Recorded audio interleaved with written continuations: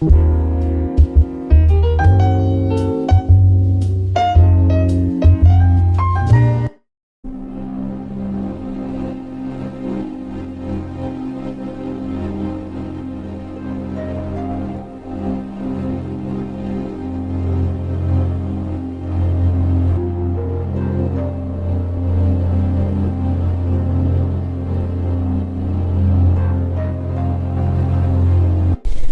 de cuarzo y cicatrices, pide a gritos un reclamo de esperanza y sueños bravos desde los vientos de ultramar. Con vitrales y los lienzos se hacen notar los alientos de las fuerzas y quimeras escondidas en el intento. Los dediqué a estos artistas consagrados que no le basta con ser artistas de la plástica y de la pintura, sino que también son artistas de la escritura, del lenguaje, de la literatura. Y les dejo a ellos la palabra junto con Ángel Alonso.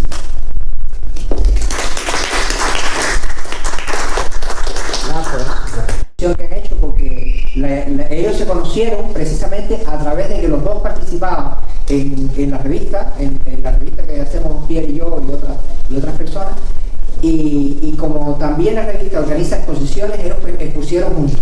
Pero además de eso, de coincidir en muchas de las exposiciones que hemos organizado, resulta que un día aquí Marianela me invita a hacer una conferencia que se llamaba Artistas Cubanos en Cataluña, en la cual yo traía imágenes y comentaba las obras de todos los artistas que yo conozco que viven en Cataluña y que desarrollan su obra, las características que tienen y qué sé yo. Y resulta que ellos dos que estaban aquí tenían también ya la coincidencia de que los dos hacen dibujo, más que pintura hacen dibujo, tienen ciertos vínculos, aunque tengan cada uno su estilo propio, tienen ciertos vínculos también con Marcos, que los dos hacen mucho dibujo a línea, y resulta que los dos son escritores, los dos tenían libros, y entonces surgió la idea, ¿no? Ella tuvo la idea, o Gladys tuvo la idea de, bueno, ¿por qué no presentar juntos una exposición que a la vez sea la presentación del libro?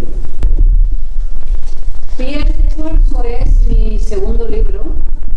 Aquí les muestro que también tengo Mística de la mirada, que fue mi primer libro, y por eso quise aprovechar y traer los dos. Piel de cuarzo surgió de una, ¿cómo decir? No tiene año fijo, es una aglomeración de poesía que he ido escribiendo a lo largo de toda mi vida. Y no se llama piel de cuarzo porque así lo haya pensado a la hora de escoger las poesías, sino que tomé un bulto de esa cantidad de pliegos que tengo escritos, del año que sea, y gracias a mi gran editor Gino Ginori ha hecho posible que salga a la luz este segundo libro de poesía. Si les parece bien, voy a leer una de mis poesías. Este se llama Susurro del aire. La evocación es premonitoria.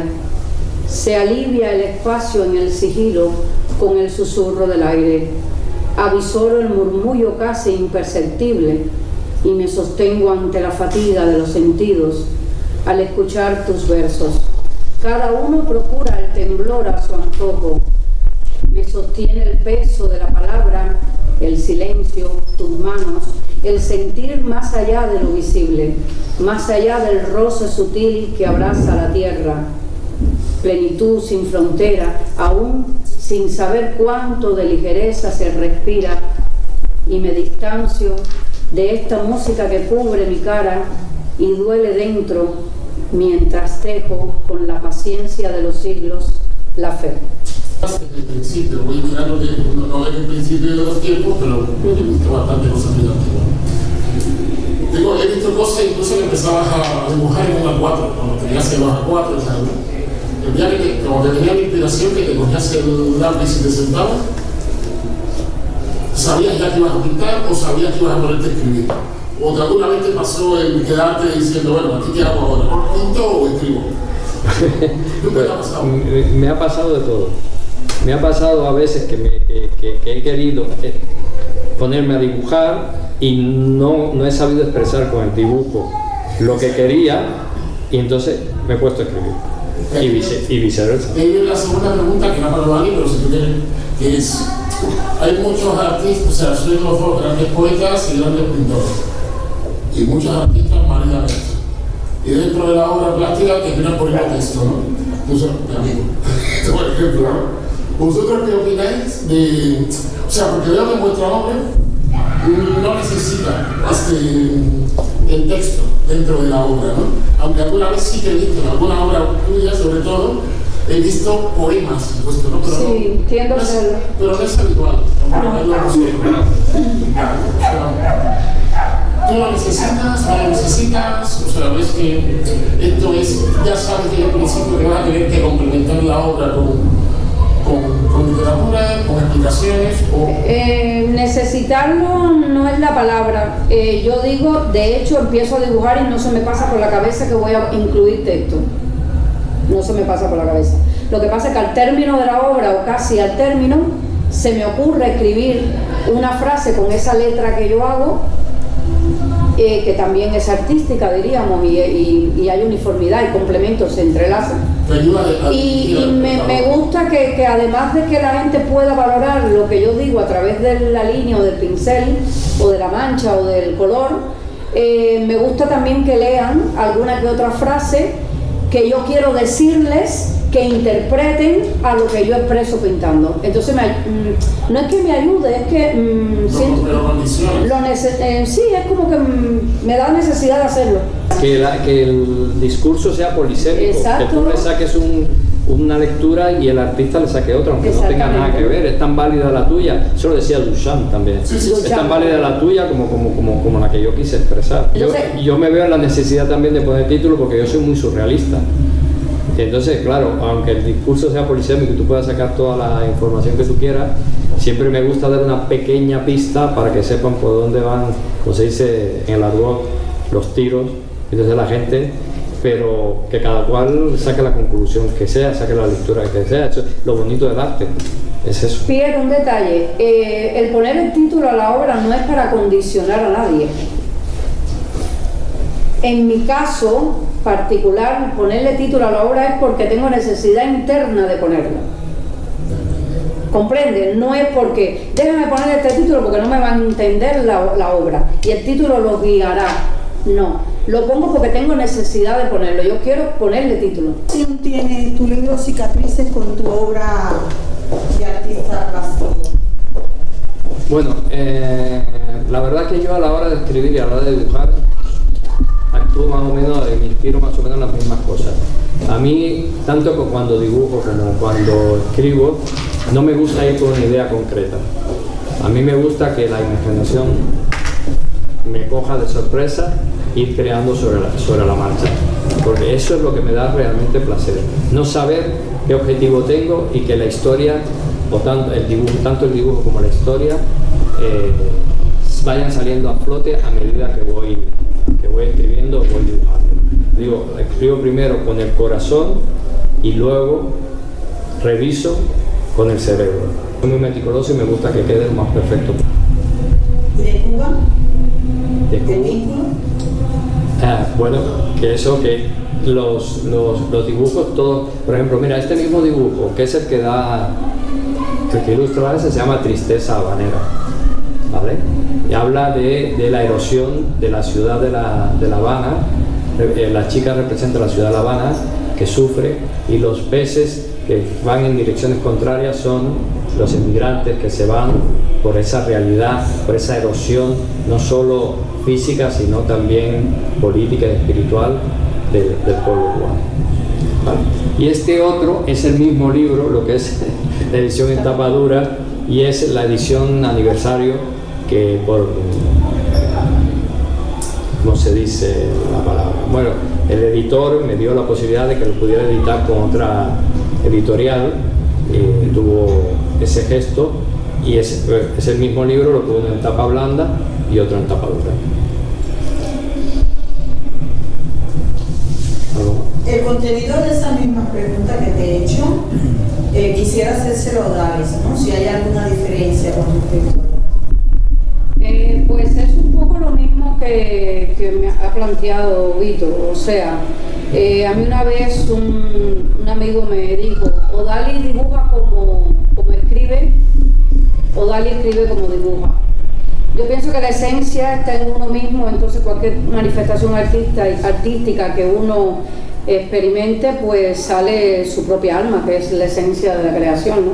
Es que le tengamos miedo al espacio, queremos abarrotar toda la cartulina o el lienzo de imágenes, pero sí, es lo que nos pasa, es la necesidad que tengo internamente de expresar a través del dibujo o de la tela todo lo que llevo dentro. Es como que me queda pequeño y tengo que decir tanto que me queda pequeño. Y sí he hecho un ejercicio, que aparecen algunos por ahí adelante, un ejercicio conmigo misma de no intentar, de poder dejar un espacio de blanco, que se vea la cartulina y de no abarrotarlo. Y también juega un papel bastante interesante, sin dejar de decir lo que quiero decir. Y en cuanto a la escritura, pues es bien diferente, y es que, bueno, la esencia es la misma, porque es la misma artista la que lo crea. Pero ¿qué me pasa con la escritura? Que yo tengo un folio en blanco, empiezo a escribir y yo no paro hasta el final. Es como si fuera un autómata, es que no paro hasta el final. Y cuando vengo a ver, se terminó la poesía, quedó cerrada, como se dice en el argot de los escritores, quedó cerrada. Entonces, ¿qué es lo que viene después? Pues un proceso de pulir. Le quería hacer esta pregunta a Angelito y a Pierre. Esta dualidad que se observa en estos artistas, que son artistas plásticos y al mismo tiempo son escritores, es muy abundante. Ustedes han visto, ustedes que son críticos del arte y que hacen exposiciones, esto abunda. Es un fenómeno que pasa mucho. Mira, pasa a Luisa Raza, no solo en literatura y plástico. La portada, y esto no es solamente un libro de poesía, es un libro de poesía totalmente ilustrado, totalmente. Entonces nos da la garantía, bueno, ahora no sale ninguna por ahí, pero bueno, no, sí, ojeé y salió toda la letra, bueno, que te da la posibilidad de poder poner tu obra plástica en tu libro, que eso lo enriquece, no es poesía sola, es poesía y dibujo. Y no es que haga un dibujo para la poesía tal o viceversa, no es que, como es lo que acabo de explicar hace un ratito, como la esencia es la del artista, cualquier obra mía pega con cualquier poesía mía, incluso las que todavía no han nacido, pero que ya están escritas, y digo no han nacido porque no se han impreso, no ha salido por una editorial, no ha sido trabajada. Es decir, que le da vida, toda tiene que ver, entonces eso enriquece también al libro. Sí. Que cuando uno empieza la obra, cuando tú dices, ay, la hoja es en blanco, yo vi también, y empiezo, uno tiene un sentimiento en aquel momento, ¿no? Y es como si, o no es en base a algo que uno siente ya y necesita. Bueno, eso es relativo, porque no siempre no siempre se empieza un dibujo con las mismas circunstancias. Yo he empezado dibujo en que no he tenido idea de nada, y apenas he puesto el pincel o el grafito o la plumilla, pues ha empezado a brotar. Y a medida que lo pongo, ya me van generando ideas y va saliendo todo el dibujo. Y a veces es tan inconsciente que cuando llevas un rato dices, pero ya yo hice todo esto. Es decir, que eres inconsciente, pero estás como un autómata trabajando. Y está la parte en que sí, tengo esta idea. Todos mis bocetos de mis obras no son bocetos dibujados, son bocetos escritos. Yo escribo las ideas que en ocasiones se me vienen a la mente. Ay, esto me gustaría para un dibujo. Y lo escribo, quiero hacer esto. Ese es mi boceto y después lo llevo a cabo. Por eso digo que no es así siempre. Ahí no sé cómo te va a ti, pero en mi caso hay mucha variedad, no hay un canon. Por eso dije ahorita que ha dado a luz, ha nacido el libro, lo he parido. Yo pienso igual, ¿no? Porque yo tanto los dibujos como los relatos, para mí son mis hijos. Y aquí en la introducción lo digo también, digo, habrá relatos que son muy malos, digo, pero no puedo renunciar a ellos porque son mis hijos, y un padre no renuncia a sus hijos por muy feos que sean. O sea, y por eso están ahí incluidos también. Sí, sí. Lo mismo me pasa con los poemas. Los libros de poesía también que tengo impresos también lo digo, que habrá poemas muy malos pero que son hijos míos y tienen que estar ahí porque son mis hijos. Es como una meditación cuando entras a dibujar, pues como si me quedara. A mí me relaja muchísimo. Una de las cosas que yo siempre he dicho de mi obra son como predicciones ancestrales, porque me conecto de tal manera que me voy. Ya yo no siento ni que estoy sentada en mi banqueta, que está muy cómoda, por cierto, creo que por la comodidad también no lo siento, y me pierdo, me voy, y eso es lo que me salva. Por eso tengo una poesía que termina, me salva porque si yo creo que si no fuera por ese don, eso tan grande que tenemos los artistas, la vida sería de otra manera, para mí en este caso, hablo por mí, sería para mí. De otra manera, mucho más difícil, que ya de por sí la vida es muy difícil porque hay muchos problemas siempre añadidos, unos más, unos menos, pero gracias a escribir, a dibujar, a tejer, otra de las formas que tengo para salirme de los problemas es tejer. Parezco una hormiga, una araña, un no sé qué tejiendo, y es que me descargo y es una maravilla, es una bendición. ¿Y desde qué edad que lo haces? ¿Desde qué edad? Desde adolescencia, desde la adolescencia yo estoy intentando hacer trazos, muy mal dibujo, hasta que fui a San Alejandro y la Academia de Arte en Cuba, inmediatamente entré, parece que me vieron una venita ahí buena por ahí, me dejaron entrar de tantos que hacían pruebas y escogían a 30 y se presentaban como 500, entré. Y la escritura de siempre. De hecho, tengo que decir que aunque mi obra no expresa nada relacionado con mi país, porque realmente no lo expresa, me considero cubana, pero me considero hija del mundo. Tengo que decir que cuando yo voy a Cuba, que voy todos los años por tema familia, siempre voy con un cuaderno y llega lleno como de 20 o 30 poesías, listas para que mi editor las revise y pueda salir otro libro más. Me inspiro mucho más cuando llego a mi tierra, pero eso me pasa con la poesía. Para tus raíces. Sí. ¿Y a ti, Omi, también te pasa así? A mí me pasa igual que a él. Igual. Pero tú llevas Cuba desde... De siempre. Él lo lleva. Sí. En todos sus todo. cuentos y todo, sí. Él expresa más Cuba que yo. Yo sé que soy cubana, adoro mi país, tengo todavía gente muy importante allá, pero mi obra me sale de... bueno, hay ciertos temas que no quiero tocarlos porque no todo el mundo es partícipe, pero es un mundo totalmente espiritual, ancestral y que va más allá de donde estoy sentada ahora mismo. Y eso lo sé yo porque lo siento cada vez que lo hago y es la necesidad que tengo, no tengo otra. Cuba está ahí, es física. Yo me voy a otros lares que ni me pregunte dónde me voy, porque es inconsciente y me doy cuenta cuando sale a la palestra. Yo creo que es que tenemos mucho miedo también al desarraigo. Y yo, por ejemplo, siempre oigo música cubana, leo escritores cubanos. Cuando estoy aquí, estoy hambriento de todo lo que viene de Cuba. Y yo creo que es por miedo a perder las raíces, aunque seas un pero el mío sí. Claro, tú te sientes de otra manera. No es mi caso, sí. Sí. Que tú eres más arraigado. Exacto. Tienes eso mismo. Y no quiero perder ese vínculo, esa raíz, Es que en mi caso no estoy arraigada porque no tengo temor, porque sé que no lo voy a perder aunque no lo plasme. No tengo necesidad, está en mí, está ahí.